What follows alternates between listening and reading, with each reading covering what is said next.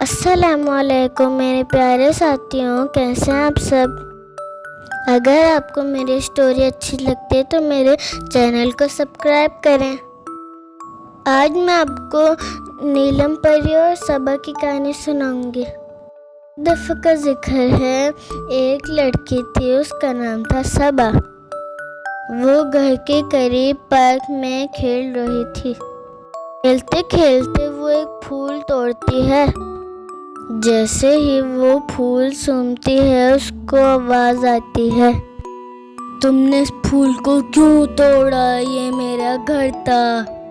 اور یہ سن کے ڈر جاتی ہے اور رونے لگ جاتی ہے۔ کہتی ہے تم کون ہو؟ تو پھول سے آواز آتی ہے کہ میں نیلم پری ہوں۔ صبا ڈر کر اسے کہتی ہے کہ اب تم مجھے پھول توڑنے کی سزا دو گی؟ تو پری کہتی ہے نہیں، میں تمہیں سزا نہیں دوں گی، اگر تمہیں مجھ سے دوستی کرنی پڑے گی، تم مجھ سے ڈرو مت۔ پھر وہ پھول سے باہر آ جاتی ہے۔ صبا اتنی خوبصورت پری کو دیکھ کے حیران ہو جاتی ہے۔ پھر صبا پری سے دوستی کر لیتی ہے۔ نیلم پری کہتی ہے چلو میں تمہیں پرستان کی سیر کراؤں، اور صبا کو کہتی ہے کہ تم اپنی آنکھیں بند کرو۔ پھر ایک تیز ہوا کا جھونکا آتا ہے اور وہ دونوں پرستان پہنچ جاتی ہیں۔ پھر پری کہتی ہے صبا کو کہ اپنی آنکھیں کھولو۔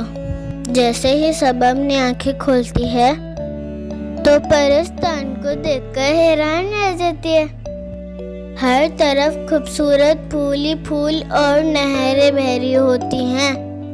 پھر تھوڑا آگے جاتی ہے تو اس کو حسین اور جمیل محل نظر آتے ہیں۔ پھر صبا کو پیاس لگتی ہے اور وہ ٹھنڈا ٹھنڈا چشمے کا پانی پیتی ہے۔ پھر کچھ دیر گھومنے کے بعد صبا کو بہت بھوک لگتی ہے، اور پھر صبا بولتی ہے نیلم پری سے نیلم پری مجھے بہت بھوک لگ رہی ہے۔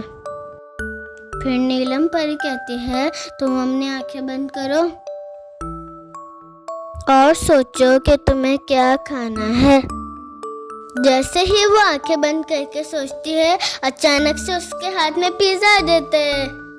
جیسے ہی صبا پیزے کو دیکھتی ہے حیران رہ جاتی ہے اور مزے لے کر اس کو کھانا شروع کر دیتی ہے۔